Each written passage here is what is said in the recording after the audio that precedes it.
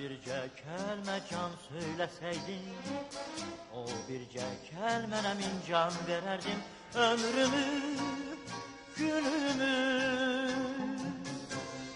dərd eyləsəydin, ömrümü, günümü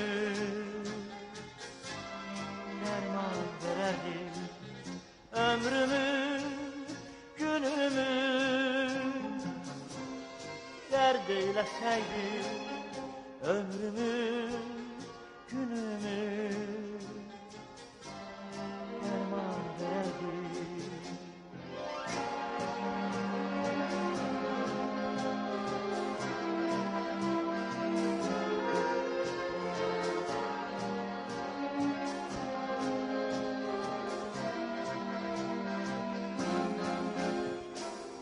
Bezdirdim qəlbini sədaqətimlə, qaldım həsrətimlə, müsibətimlə.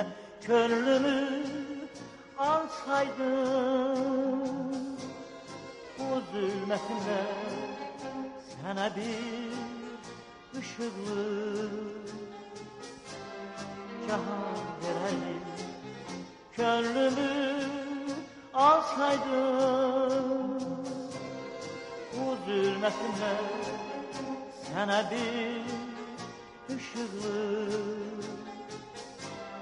cahan verərdim.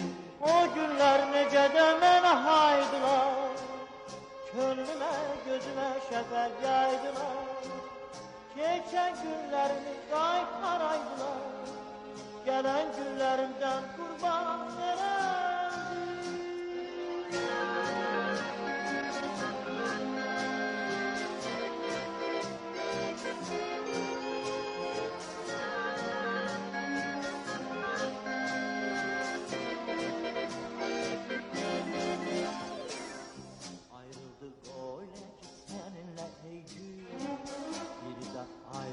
Ayrı düşmərik, ah bu son hicranım.